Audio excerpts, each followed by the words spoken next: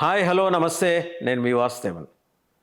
Janasena contest చేయాలనుకుంటున్న స్థానాలకు సంబంధించి నిర్ధారిత సంఖ్య ఒకటి బయటకు వచ్చింది.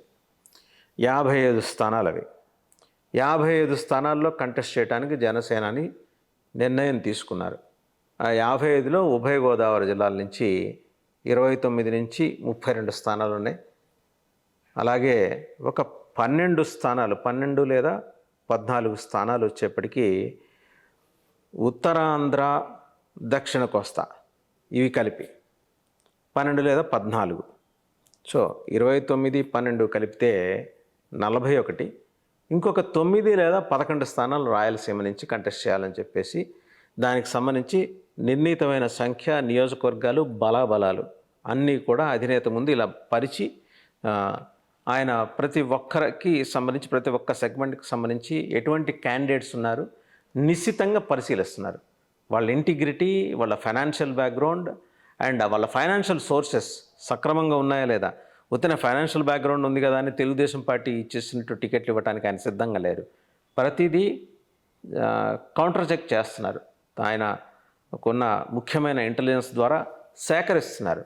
నిజాయితీగా సంపాదించిన సొమ్ము, అలాగే వారసత్వంగా వచ్చిన సంపద, అలాగే లేదా ఏమైనా అక్రమ మార్గాల్లో సంపాదించింది. రేపు పొద్దున వీళ్ళని అసెంబ్లీలోకి వెళ్తే ఎంచి చూపించడానికి అవతల వాళ్ళకి అవకాశం ఇవ్వకూడదు అనేది పవన్ కళ్యాణ్ గారి ఆలోచన. సో 51 స్థానాల్లో 51 నుంచి 55 స్థానాల్లో జనసేన పోటీ చేసి తీరటం ఖాయం. ఇదేదో ఎవరో ఇస్తే పోటీ చేయటం కాదు. వారికి ఉన్న ప్రాథమికంగా న్యాయబద్ధంగా వారికి ఉన్న హక్కు ఏంటంటే 70 స్థానాల్లో పోటీ చేయొచ్చు.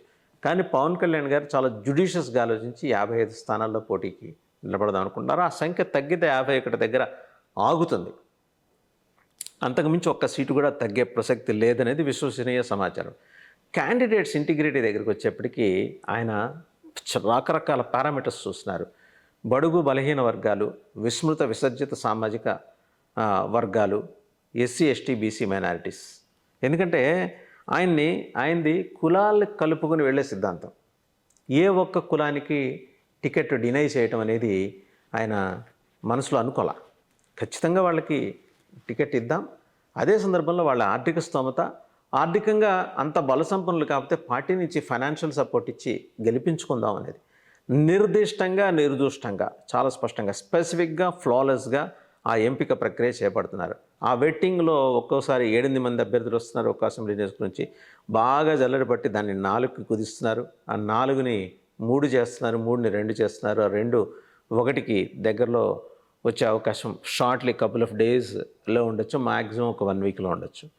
ఆ 51 నియోజకవర్గాల గురించి మనం చెప్పుకున్నాం ఆల్రెడీ. 51 లేదా 57 అనేది ఇంతకుముందు చాలా వీడియోల్లో చెప్పాం. ఉభయ గోదావరి జిల్లాల నుంచి 29 లేదా 31. Where Telugu Desam has to forgo lot many seats. Telugu Desam అభ్యంతరం పెట్టవచ్చు. పెట్టడం అనేది వాళ్ళ పార్టీకి ఉన్న హక్కు, పెడతారు, nothing wrong in it. But Janasena బలం ఏంటి, 10 ఏళ్లలో జనసేన ఎలా తన గ్రాఫ్ని పెంచుకుంటూ వచ్చింది, ఇవన్నీ చూసుకుంటూ వచ్చారు ఆయన.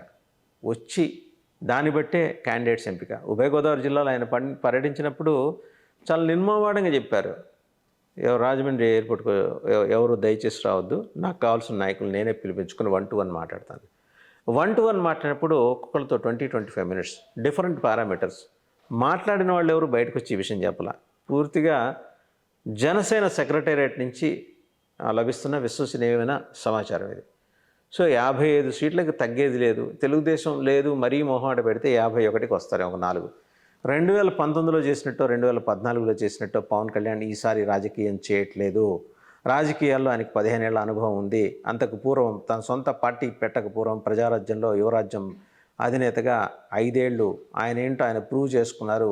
దానికన్నా ముందు ఆయన ఒక స్వచ్ఛందంగా ఆయన కోసం పనిచేసిన సంస్థలు ఒక 2-3 ఉన్నాయి. అంటే పవన్ ఫోర్స్ అని, ఇవన్నీ కూడా పనిచేసి డిఫరెంట్ పారామీటర్స్లో అభ్యర్థులతో నేరుగా ఇంటరాక్ట్ అవ్వటం. అంటే ఆయనలో విభిన్నమైన లక్షణం ఏంటంటే ఆయన అందరిలోనూ మంచిని చూడగలరు, అందరిలోనూ శక్తిని గుర్తించగలరు. అది చాలా తక్కువ మందికి ఉంటుంది. గేలి చేసేవాళ్ళు, అవహేళన చేసేవాళ్ళు, ఎగతాళి చేసేవాళ్ళకి సమయం వచ్చినప్పుడు కడుపు నిండా పెడతారు. ఒకటి తన మీద పదే పదే పదే పదే విమర్శలు చేసేవాళ్ళు, ఆరోపణలు చేసేవాళ్ళు, పిచ్చి మాటలు మాట్లాడే వాళ్ళని కూడా ఆయన క్షమించేస్తున్నారు. కారణం ఏంటంటే సమయం వచ్చేదాకా ఆగుదాం. వెంబడే ఒక సమాచారం అందింది కదా అని చెప్పి టక్కున నిర్ణయం తీసేసుకోవడం అనేది పవన్ కళ్యాణ్ గారి దృష్టిలో లేదు. ఆచితూచి బ్యాలెన్స్ చేసుకుంటూ ఆ నిర్ణయం తీసుకుంటారు. ఆ నిర్ణయం తీసుకునే క్రమంలో ఆయనకు చాలా సవాళ్ళు ఎదురవుతున్నాయి, ఒత్తిళ్ళు ఎదురవుతున్నాయి.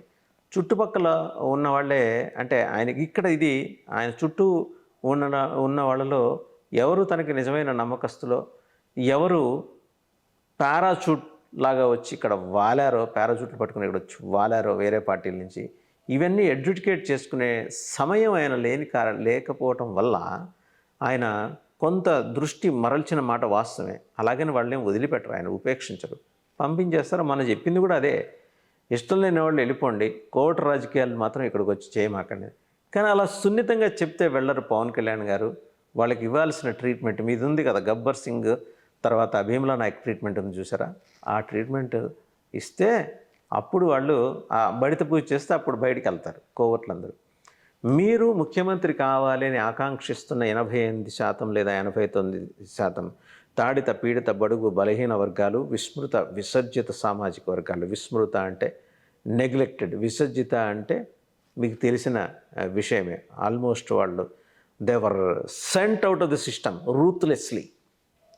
వ్యవస్థలో ఒకప్పుడు ఏదో వాళ్ళకి సింహభాగం వాళ్ళకి ఉండేది, వాళ్ళే పెత్తనం చెలాయించే వాళ్ళందరూ ఇవాళ పుట్టకొకళ్ళు చెట్టుకొకళ్ళుగా తయారై చిన్న చిత్తగా ఉద్యోగాలు చేసుకుంటూ ఉన్న కొన్ని సామాజిక వర్గాలు ఉన్నాయి.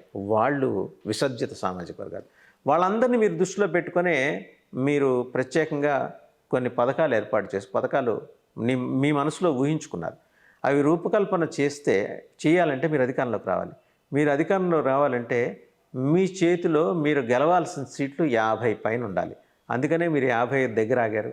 55 దగ్గర నుంచి మీరు 51కైతే కిందకి తగ్గరని మాబోటోళ్ళ విశ్వాసం. 51లో మీరు ఖచ్చితంగా 40 నుంచి 45 ఎంత కాదన్నా గెలిచి 45 లీస్ట్లో గెలిచి తీరే నియోజకవర్గాలు. ఆ 45 గెలిస్తే చంద్రబాబు నాయుడు గారు ఒకవేళ మీరు హైదరాబాద్లో ఉన్నా, మీ షూటింగ్స్ నిమిత్తం వేరే దేశాల్లో ఉన్నా, లేదా ఆంధ్రప్రదేశ్లోని మంగళగిరిలో మీ కార్యాలయంలో ఉన్నా, మీ దగ్గరకు వచ్చి నేరుగా వినమ్రంగా చాలా వినయంగా 2 చేతులు కూడా చాలా ఇలా పెట్టుకొని చాలా హుందాగా మీతో మాట్లాడతారు. పవన్ కళ్యాణ్ గారు మీరే ముఖ్యమంత్రిగా ఉండండి, మేము మద్దతు ఇస్తాం, అవసరమైతే 2 ఏళ్ళు ఆగుతాం, నేను అవుతానా లేకపోతే లోకేష్ బాబు గారు ముఖ్యమంత్రి అవుతారని మేము నిర్ణయించుకుంటాం, మీరైతే ముందు 2 ఏళ్ళు ఉండండి. అలాంటి సన్నివేశాన్ని ఈ 88% ప్రజలు విజువలైజ్ చేసుకుంటున్నారు. దాన్ని నిజం చేయండి పవన్ కళ్యాణ్ గారు. నిజం చేసి మీరు ముఖ్యమంత్రి స్థానంలో కూర్చోండి. మీరు అంటున్నారు కదా, దుర్మార్గపు దౌష్యపు దురాగతపు దౌర్జన్య అరాచకపు పాలనకి ముగింపు పలకటం అనేది మీ చేతుల్లోనే ఉంది. మీరు తీసుకునే నిర్ణయం బట్టి ఉంది. మీరు 25కో 30కో ఒప్పుకుంటారనే ప్రచారం జరుగుతుంది. అది నిజం కాకూడదని కోరుకుంటూ మీరు 50 పైన సీట్లు ఖచ్చితంగా మీరు కంటెస్ట్ చేయబోతున్నారు. కంటెస్ట్ చేస్తూ కనీసం 45 పైన మీరు విజయం సాధించబోతున్నారు. తెలుగుదేశం అనివార్యంగా మీ దగ్గరికి వస్తుంది. There is no ambiguity. సమర్థుడు అనుభవజ్ఞుడు అయిన చంద్రబాబు గారే ముఖ్యమంత్రి. ఈ విషయం పవన్ కళ్యాణ్ గారే తనకు చెప్పారని చెప్పుకున్న లోకేష్ కూడా ఆ రోజు రాజమండ్రి సెంట్రల్ జైలు బయట ఇలా చేతులు కట్టుకొని నుంచొని మీ పక్కన వినయంగా నుంచున్నాడో మాట్లాడకుండా, అలాగే రేపొద్దున మీరు 45 సీట్లు 45 నుంచి 50 సీట్లు నెగ్గిన తర్వాత అప్పుడు కూడా వచ్చి తాను పొరపాటుగా చేసిన వ్యాఖ్యను ఉపసంహరించుకుంటున్నానని చెప్పి మీరే ముఖ్యమంత్రిగా ఉండండి పవన్ కళ్యాణ్ గారు అని చెప్పి తాను గౌరవంగా 2 ఏళ్ల పాటు వెయిట్ చేస్తాడు. So we all want that to happen. అది జరుగుతుంది, జరిగి తీరుతుంది. ఆ దిశగా మీరు అడుగులు వేస్తారని కూడా మేము ఆకాంక్షిస్తున్నాం.